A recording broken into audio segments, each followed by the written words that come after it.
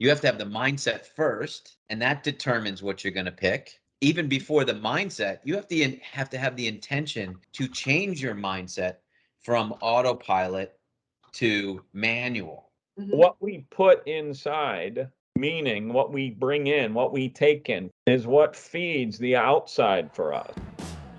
Welcome to another session of Inside Outlooks, where we know that personal growth is an inside job. How we think, what we think, and why we think it, are what determines our level of success and happiness. It's time to take a look inside to change the world around us. I can't remember if on the other call if this came up or if it came up in my coaching with a client immediately afterwards, which was the present you and the future you. Would you like to share, Daryn, just a little bit? And I'll tell you why when you're done sharing what you did. My exercise. Okay, so I sent you the slides, right? You did, and I used them in my meeting. So thank you very much. Obviously, changed them up, but I got the initial, the underlying message out. So it was very helpful. I like to imagine future Daryn. It's something that I like to do, and I think about. I think a lot of people like to think about like the house they live in, and you think about the future, the things you want.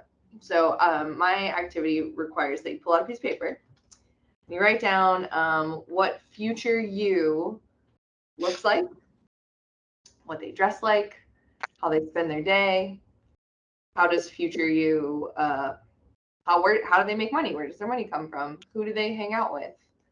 How does future you describe themselves? How do the people that matter to you describe that person? And how do they show up in the world? And then when you're faced with the challenge of the day or the activity that you don't want to do, or maybe even the activity that you already do, think about how future you would do that. So there's sometimes where like I have an activity or something that I need to get done that crosses my desk and I'm like, I don't know what to do. And usually, sometimes I don't, but future me usually does know what to do, because future me is a reasonable businesswoman. She's very fair and balanced. She always, like, I had a dispute between two agents pop up and I was like, what do I do? But future Daryn called both of them and talked through it and asked questions and just solved it quite easily. So thinking about showing up, it's essentially in more layman's terms, it's talking about like showing up as your highest and best self, right? Yeah. Like that's what it is. Yeah, but which to me is like, oh yeah, that sounds nice. That's great. That's motivational speaking. That's the guy Right. on stage, the girl on stage. You're like, oh, thanks. That's what I'm going to do. And then you go, you do it. You go and you have an intention to do it. And then you're like, how the fuck do I do that? Like, that doesn't make any sense to me. I like the way that you broke it down. So, Michael Stanier, the Coaching Habit book, you've read it, right? Yes. I give it to you. Matt, I don't think I gave it to you. Did I give it to you? It's a good. I have an extra copy. I'm going to get you a copy. The book's called The Coaching Habit, and then the tagline to it is "Say less, ask more, and change the way you lead forever." So ultimately, it's a book about curiosity. Basically, shut up, don't take on problems of other people, dig into and be curious about what they're saying, and then look for the opportunity to bring it back to them to help solve it themselves. So I probably butchered that little analysis of it. But he wrote a new book called about, I can't remember the name of it. I just started reading it this morning.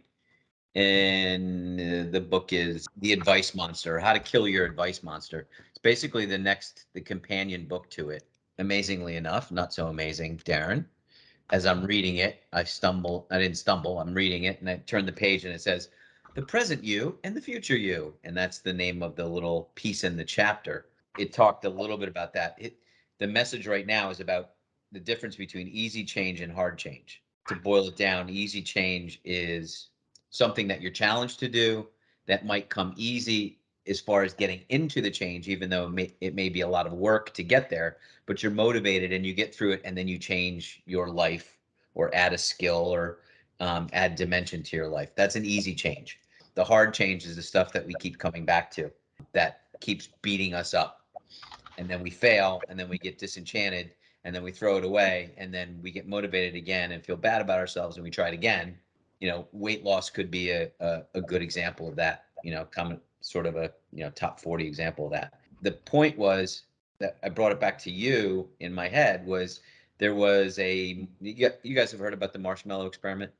Yep. So they called that out for this kind of example, that the easy change and the hard change is usually about the present you not being able to understand what future you will benefit from in foregoing whatever that is. So your old habits would have been to bury, not call those two and hope it works itself out, or maybe see them later, or send off an efficient email. And you're satisfying the need today because it's a win. I helped the two of them, right? I'm good. That's off my desk. Right. But future you is not going to benefit from that at all, because you'll be right back to it. Correct. So you mustered up the stamina to try something different. In this case, it wasn't too difficult to come up with the solution, but it may be difficult to get there. Right? I gotta sit down and call these people, and then you make it a huge monster in your head, and you're like, I don't want to deal with that. And then after you're done, you're like, oh, that was easy. I'm not going to eat that second marshmallow because I want 2 marshmallows in 15 minutes. I mean, that's ultimately the experiment, right? Right. So it's funny. I don't know whether this my thought was about coincidences or really about present you and future you, but it just came up again over and over this week. It's delayed gratification, right? I mean, is what you're speaking to, and humans are not hardwired for that. Right. We're just not, right? Like it has to be a conscious choice. Subconsciously, I think we're always programmed, right. or we're first programmed, right, to go for instant gratification. Yeah. One thing I thought of when you brought that up, and it's a different way to look at it, and it works more in the career, right, than anything else. But I love it. Is what would my replacement do? Yeah, I love that too. Right, because it really puts you into, okay, so if somebody else came in here and sat in this seat and had what would they do, right? Yeah. Because sooner or later, I think that question causes you to go, you know what? I wish my replacement would freaking get here, because I don't like doing any of this. I know what he'd do or she'd do, and I don't want to do that. Or it goes, I need to up my game, or I'm gonna have a replacement walking through that door pretty soon. But it's similar, right? It's not so much the future you as much as who could I be that I'm not being right now? Right. Right. My topic for the week I threw out was accountability is bullshit, right? So this is really about it, about accountability. Who makes the little kid accountable to not eating that second marshmallow before the 15 minutes? Or actually, I think the experiment is you only have 1 marshmallow. You'll get another one in 15 minutes. Who makes that kid accountable? No one does, because no one's in the room. So who makes Daryn accountable to change her approach to conflict with these 2 agents? No one, except for Daryn. I think there's, and I agree with you, but I also think there's kind of 2 sides to accountability. You can agree with me and then disagree with me at the same time. It's a crap sandwich. That's great, Dave. I agree with you 100%. One thing I'm thinking about was, there is good accountability in the sense of, if I go to the gym and I've been going to the gym and I kind of level out and I hire a trainer, I've created accountability. Now it's still self-accountability, yes, but I've got somebody there that's going, come on, man, you can do 5 more of those. You can push, like there's a little bit more drive, right? Something. There's a little more accountability because I put money into it and I'm paying somebody that's waiting on me, right? Or if I have a job and I know that I have to do certain things, there's an accountability factor there that's going to cause me to continue to do my job, whether I like it or not. It's the things that we don't do right now that we want to do, that you haven't gone to the gym in 6 months or a year and you want to start going. That's a self-accountability part of things, right? I can't make you go to the gym. I can't make you get up earlier. I can't, like, you have to do that yourself. But I think there's just factors of accountability that still continue to affect a person to do something. not necessarily in a positive way, always. Well, yeah, what would be an example of not, what do you mean not necessarily in a positive way? I could be accountable to a boss to continue to do my job, but it doesn't mean I love my job. Doesn't mean I'm happy. Right? Doesn't even mean I hit the numbers my boss wants me to, but I keep showing up because if I don't, I'm going to get fired. Right? Okay, right. So then that becomes like, to me, open up the rabbit hole, that becomes like, what do you, at that point, what are you sacrificing yourself for by doing something you don't like? And you have to you have to think about and have some awareness on, I'm sacrificing that because I need the money, right? Or the job, Or or it's a career path to something else.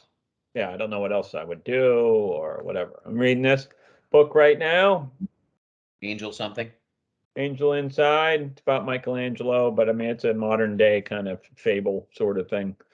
But it's very interesting. But it's kind of about that. It's about, I feel unsuccessful. I feel like I haven't done anything, blah, blah, blah, this 30-year-old guy.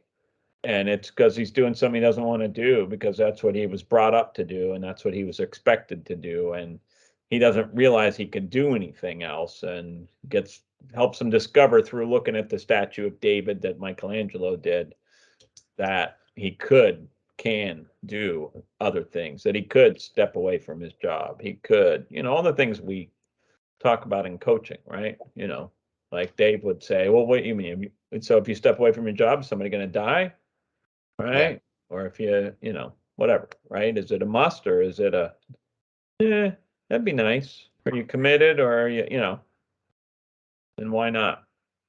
I was Googling some definitions of accountability, and one that struck me was accountability is an acceptance of responsibility for your conduct. And I think it's interesting. So, acceptance of responsibility.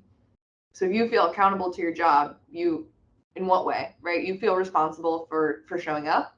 Sure. You feel responsible for the results. You feel responsible for the income that it brings you.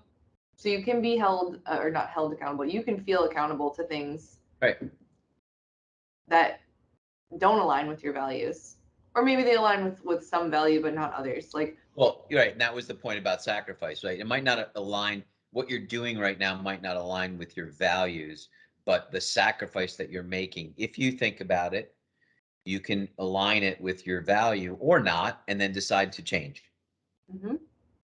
Yeah, because it could align with your value that my value is that I'm a man of my word and I took this job and I'm going to do this and like whatever, right? So it aligns with those values, but does it align with the top values of I'm going to change the world, I'm going to whatever, So that's an interesting question. How do you feel you best approach something that feels clearly aligned with one value, but maybe opposed to another, or you feel that maybe it's, you feel responsible for providing for your family is something you really value, and to step away from this job would be a leap of faith that you don't have something else lined up, and it's a job that's like draining to you and you really want to venture into a new field, or you want to become an entrepreneur, or you want to be a writer, or something that doesn't have steady income. So Oh, yeah. It what could do be you do? even more personal. Both Matt and I are divorced, right? So the value of commitment, but you're divorced. Does that align with your values? Well, semantically, you're going to come up with that answer. Yeah, I think it has to do with sacrifice. I think it has to do with, if it doesn't align with your value and you're determining you want to follow through with that, you have to name the sacrifice, which is really naming who the future you is Mm-hmm. in that concept, right? For me, it was the sacrifice of being in a marriage that I knew was ending and making that as good as it could be for this, and making it as good for not only myself and my ex-wife, but also for my daughter and the friends and family around us, until my daughter got out of school. That was the sacrifice. I was sacrificing my happiness. I'm sure my ex-wife was also sacrificing her happiness, but we were doing it from a value system to provide that family structure, right? Right or wrong, we decided that that was a sacrifice. The outcome was my future me of this kid had a loving home. We were successful at providing that. And now we're living more out in the open, showing her this is what being committed to your happiness looks like. You don't shirk, and this is my story, right? You don't shirk that responsibility of family in spite of, I want to go do this or that. Well, and I think sometimes, not everybody, and me included at times in my life, know what that future self wants. Sure. I mean, I just made a great story up. I didn't know that when I was in it. It was Well, no, fucking that's hell. what I mean. It's like, yeah, right. Like, I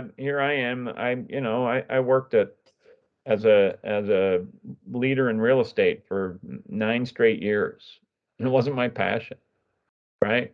Like the people were my passion, but the job wasn't my passion, right? And I was like, when can I get back to the creative stuff? Like there was that little voice in my head, right? But there was also that little voice in my head of my grandmother going, "You're going to school for music? What are you going to do? You need a second degree in something as a backup," right? Or my ex saying, "Well, you can't just do that. Like, what? You're going to coach from home?" Every time I come home, all you're doing is refinishing furniture or painting something or whatever. I'm like, yeah, because I'm coaching in between that stuff, right? Like, but it gets in your head of like, well, I can't possibly do this. I need to have a real job, right? I need to have a regular paycheck. Well, no, I don't. I need to do what I want to do because when I'm open to it, and when I realize that, like, it's funny, Daryn, I don't know if you realized you said it, but you're like one of those, like a career, like a writer, like these ones that don't make money, right? I'm like, no, they do make money, Right. But that's the voice we have in our heads when it's just this little blip of an idea somewhere in our subconscious, maybe in our conscious mind, of what we want to do is, oh, I could never do that, because that's what we hear 90 times out of 100 is, oh, you can't make any money doing that. You're going to be a musician? What the hell? Right. Yeah, from that coaching example, it's like the present you going for the immediate gratification of not an argument and say, yeah, I guess you're right.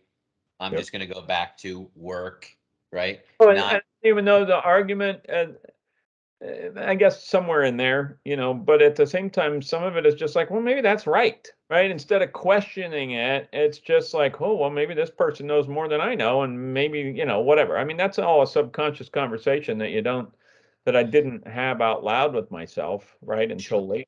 Sure, and it goes back to the word that Daryn used earlier, which is curiosity, right?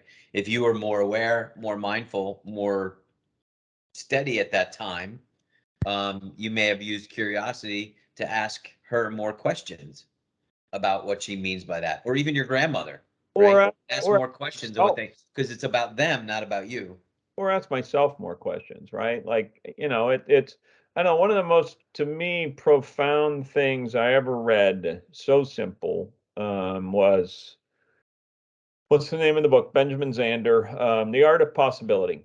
Yeah. And he said, and it's about adding one word to your questions for yourself, right? If I say, am I a good coach? Am I a good leader? Am I a good partner? Am I a good whatever? But it's just adding one word to that. How am I happy?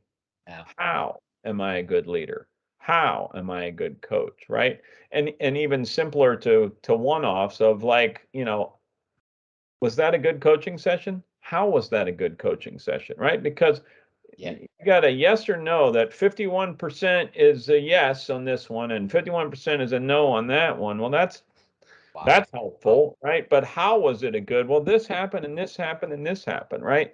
Like, and that goes back to Alan Nagel in our G3, talking about finding a win at the end of every day, no matter how tough your day was.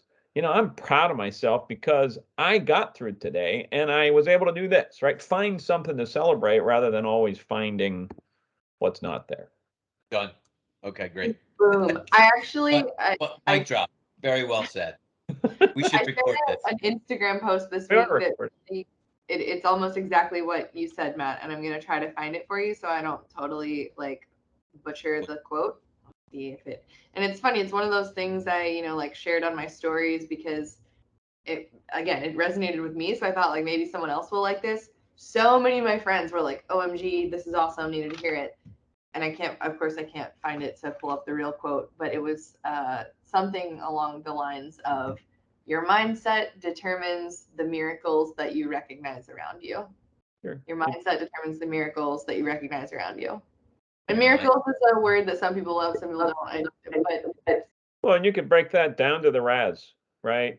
The reticular activating system, right? That if I put it out there, I'm going to find evidence of it because that's the way my brain works. Right. Right? It's, you become your own prophet because what you speak about is what you start looking for. What was it? Mindset determines what? Your mindset determines the miracles you recognize around you. And yeah, Matt, absolutely. Reticular activation. I was just reminded of a quote that I love because I wrote it. I don't do that.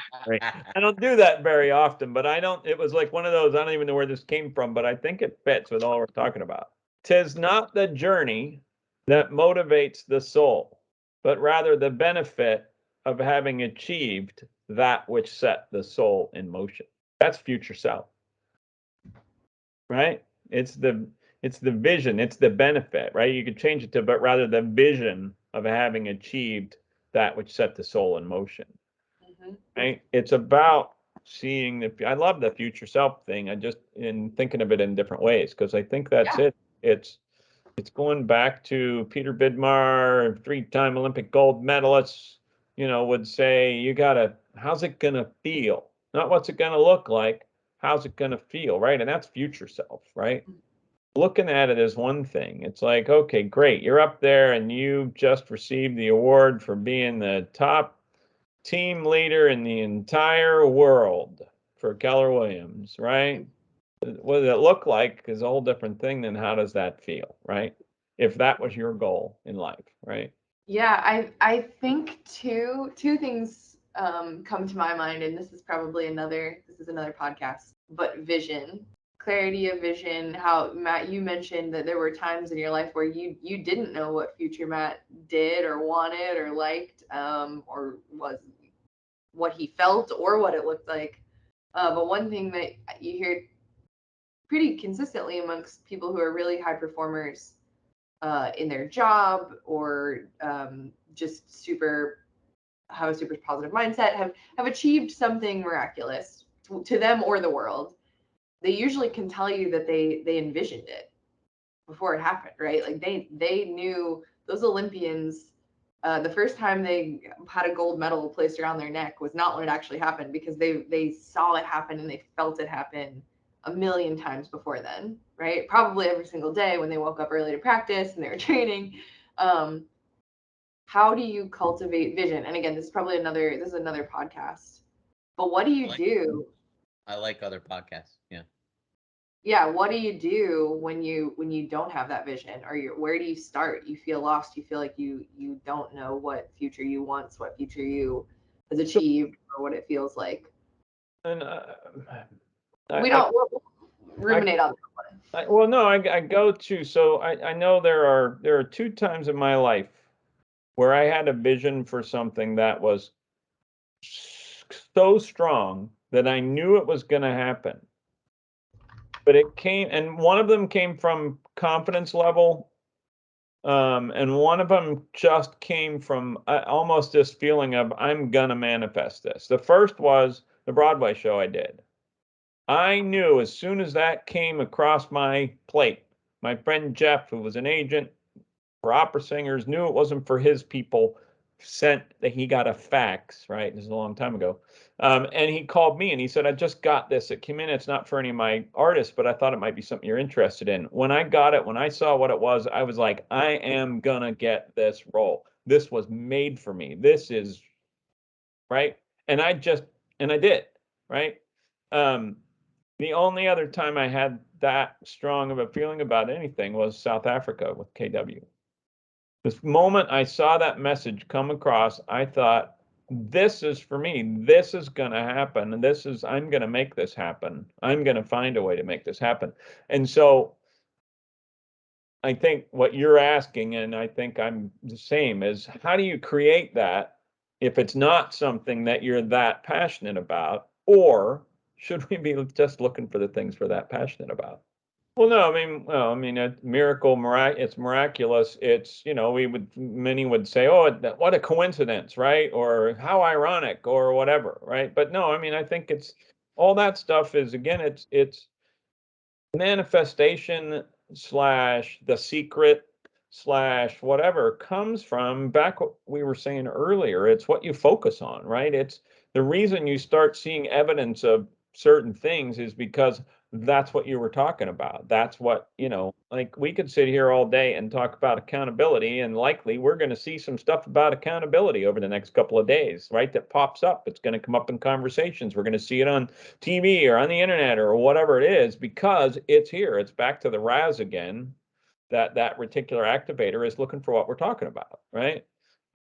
And that's why it's so important, right? That's the whole inside outlooks thing, right?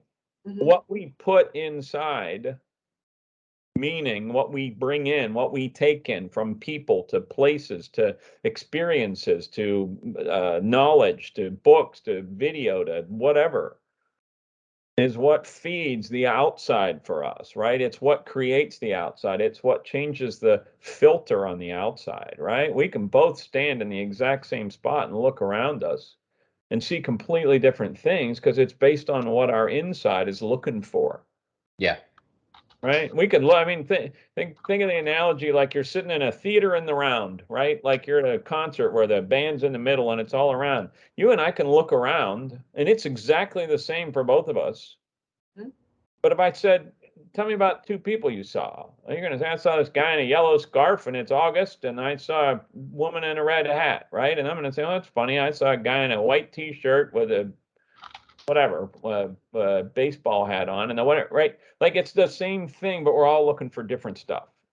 Right. If we'd gone into that and I said, before we go in here, I want you to look for millennials and how they dress, we're going to come up with a similar vision, right? So it's what we put in first is what we're going to look for, what we're going to find. Sometimes it's going to feel like coincidence, but in reality, it's not coincidence. It's our imagination creates that stuff, right?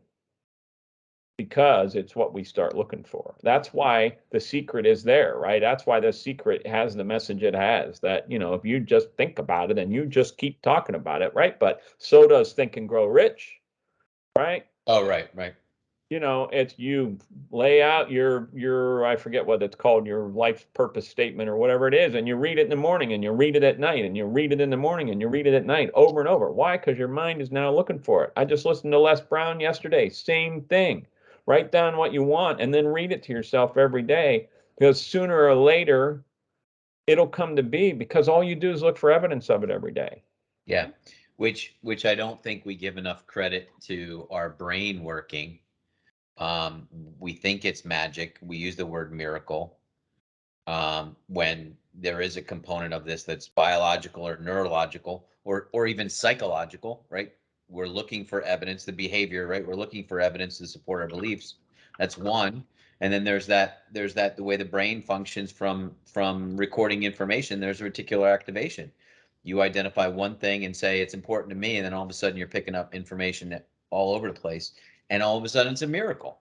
Yeah. It's really not. And I don't mean to come off by saying I don't believe in that word. I think that word is I think that word is an adjective less than a verb.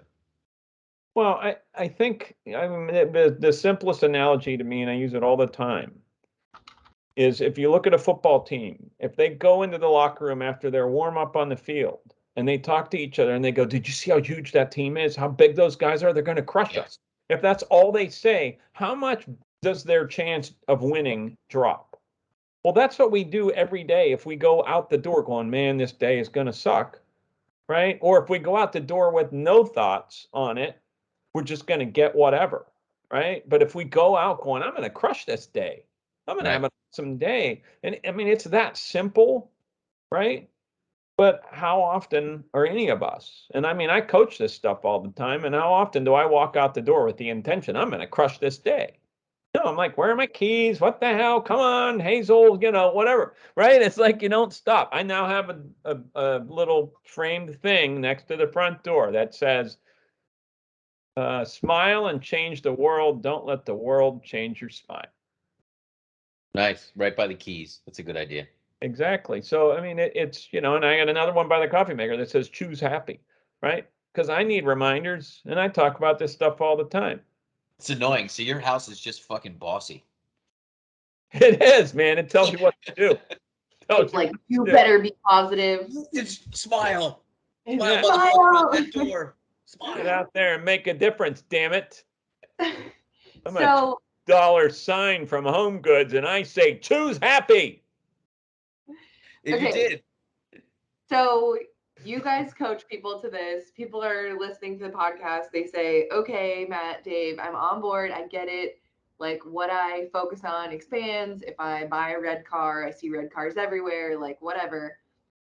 Then I believe the question is, okay, is it a sign by the door? Is it an accountability partner to check in? Like, how do I stay on track? How do I make the things, like, I've picked what I want to focus on.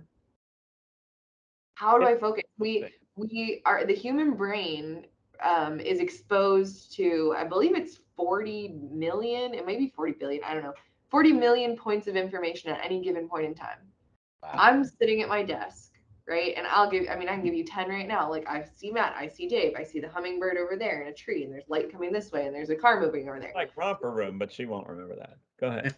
Actually, also a baby possum behind me. I don't know if you see that in this box. A real I see But something. it's a real living baby possum. It's asleep, so I'm not going to pick it up and show you. What is, what's better than a real baby possum? I mean, a stuffed baby possum? I think the real one is the best. So I have all of these points of information. How do I focus on this and not the baby possum? No, how do I pick what I focus on? Or maybe I've picked what I know I want to focus on. Simpler. It's simpler than that. Simpler. I agree. How It's not do what you I pick. do it? What? You have to pick what you focus on. And it could be the baby possum.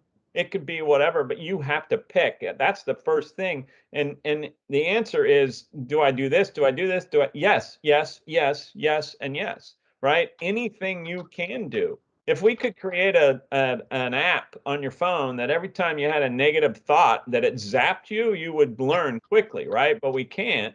And so it's, it's in KW's bold, they give you this purple rubber bracelet. And every time you say but or have a negative thought, you're supposed to snap your wrist or put it on your other wrist to remind you, right? I always forget I even have it on my wrist, so it didn't help me that much, but but that's just me, right? But it's feeding. It's the sign next to the door telling you to smile, right? It's the choose happy sign. It's the what am I going to do now? I'm going to, you know what? I could listen to music in the car, but no, I'm going to throw on my audiobook on An Angel Inside. I'm going to throw on Les Brown when I'm in the shower instead of listening to music, because it's hard to start your day without a smile when Les Brown is going, you've just got to get out there and, believe in yourself, or whatever he's saying, right? I mean, choose it. Yes. Choose, right? Because I think that I agree with you on the simple, because Daryn, you're saying, how do I choose what to focus on, or what do I focus on?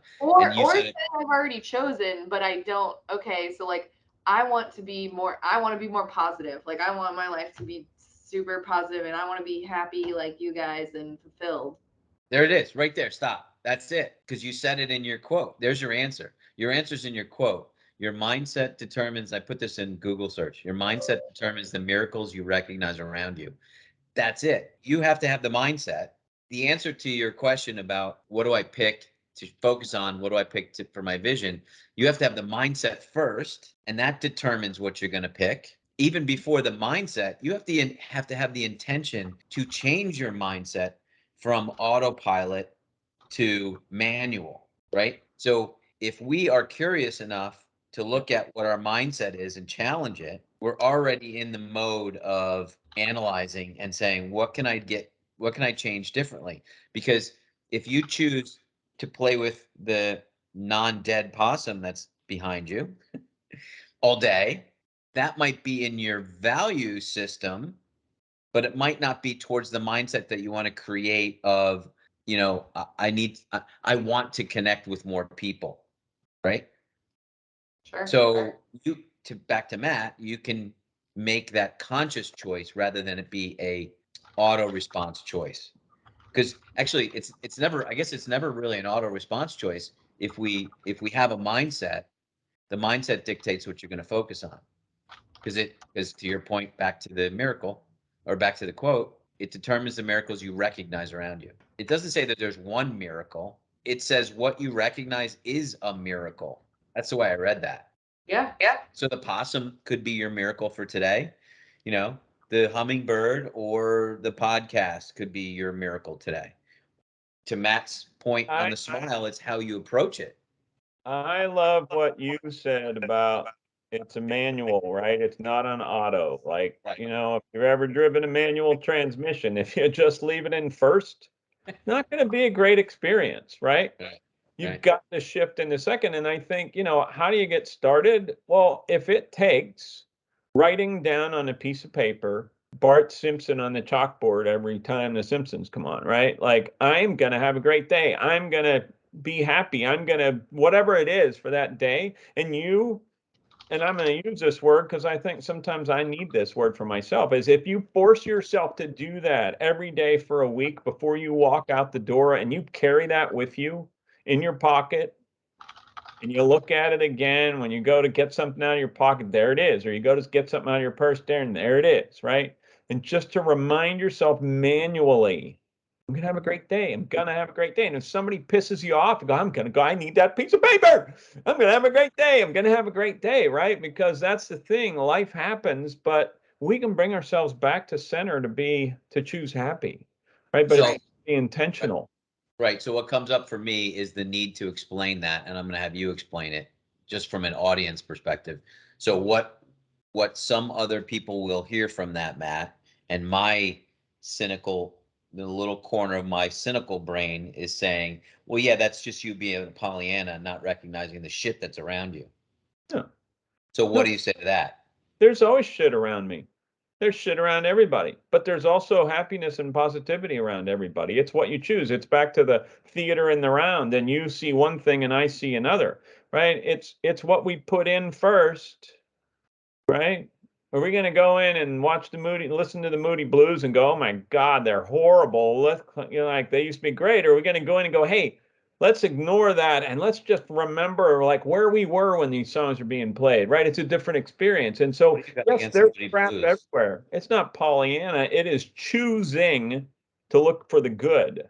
Yeah. There's all bad. And it's easier to find. It's super easy to find a reason not to do something.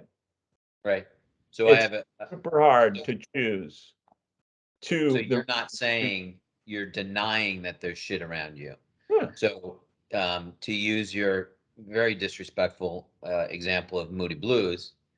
I did say them once, and I apologize. To use that as an example, right? So, because I've had similar experiences going to see relatively old bands. So you're not suggesting that in my cynical brain saying, oh, that's just Pollyanna. You're not suggesting that we deny that they're playing a shitty show.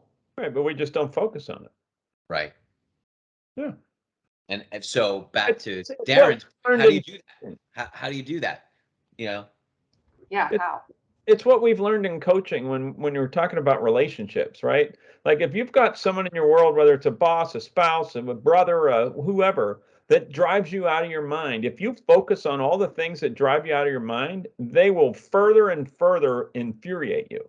But if you decide to go, you know what, I'm going to focus on the values I can find that I appreciate about this person, those start to expand, and then they're a little more tolerable, right? Doesn't mean they're ever going to be a great person and may be an asshole for the rest of their lives, right? But it makes it better for you because you're focusing on the positive stuff, right? We can always find negative to focus on.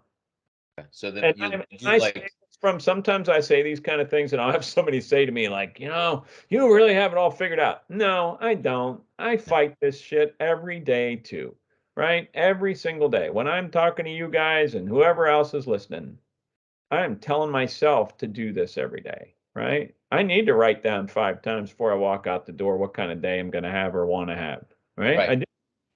I do. Because again, it's not magic. Yeah. It really is It really is brain science. I'm reminded of something too, back to kind of becoming your own prophet that, we've talked about, Lance has talked about, Alex Boyer's talked about that, like you're out on the golf course and you hit a really bad shot. You go, oh man, I do that all the time. Well, you're just telling yourself how bad you are at golf over and over. I do that all the time. But if you say, wow, that's really not like me. And then the next shot you hit and you hit it better. Wow, now that's like me, right? But we go, oh, I do that all. I play with a guy who does that all the time. He's like, oh, this hole kills me every time. I'm like, well, guess what? You just set yourself up for another execution. One key to having a growth mindset is reflection, right? Is looking on what has happened, whether it's today or over the last month or the last year, and going, okay, how do I feel about that? How'd I do? What do I want to be different, right? Same thing when we look at goals, like and you're in sales, right? Okay, so last year you did 24 deals. How'd that feel? I felt good. What do you think you can do this year? 36. Great. Well, what's that going to do for you? All right, and then you go into the motivation and all those other things. But the fixed mindset would be, no, I'm happy with 24. That's awesome. Right? Yeah. My skill set, my more timing. Right. The time I have and the skill set experience says I can do 24 again. I'm very satisfied with that. 24. Right. Or either I'm satisfied with it or that's the best I can do. I did everything I could this year. Right. Yeah, that's a fixed mindset. Yeah. I can't work any harder than I worked. I don't have any time for my family as it is. But 24 is it. It's a difference between you use the word can't, right, in your little the little story. The difference between can't and how can I. Right. So can't is fixed. Can I is about growth, seeking more curiosity. And it's not to say I can't, or let's figure out how you can. If you can figure out how you can, then you have a choice whether or not you want to. Right. But the first one has no choice. Well, I can't. That's it. That's the choice. And I'm teaching just about everybody here through group meetings about what truly means to have a brainstorming meeting.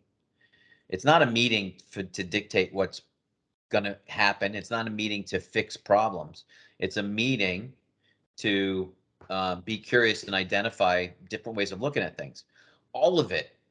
It's a collective fucking crap. Huh? It's a collective imagination. Yeah. And all of it could be completely crap after the meeting, wiped off of the whiteboard.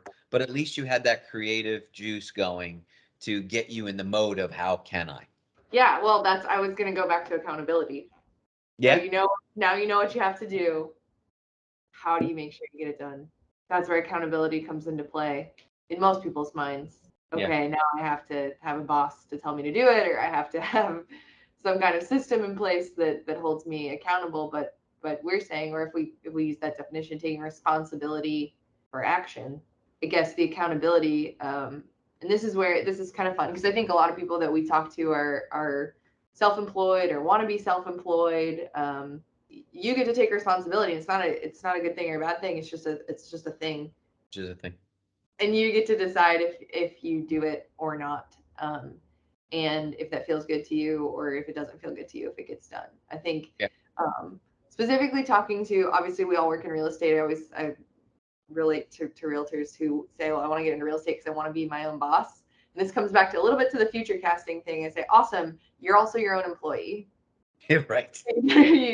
Like if you're the boss, so you're like, yeah, I can take Fridays off, whatever. Would you let your employee do that? Maybe you would, like maybe, it's kind of that thinking, like, would your replacement do that? How do they act? Like, how would you want, an employee to show up? You'd want them to get to work. You'd want them to get the job done. So maybe you can pull some accountability from that as well. Yeah. I say realtors or people get into real estate for two main reasons: for the money and the flexibility. And they're all really good with the flexibility. Right. Well, I think we'll close this up, but the realtors that want to go into business here, they love houses and they love people. Mm-hmm. And house is especially attractive. Right. Thanks for listening, and remember, your outside world is an inside job. See you next time.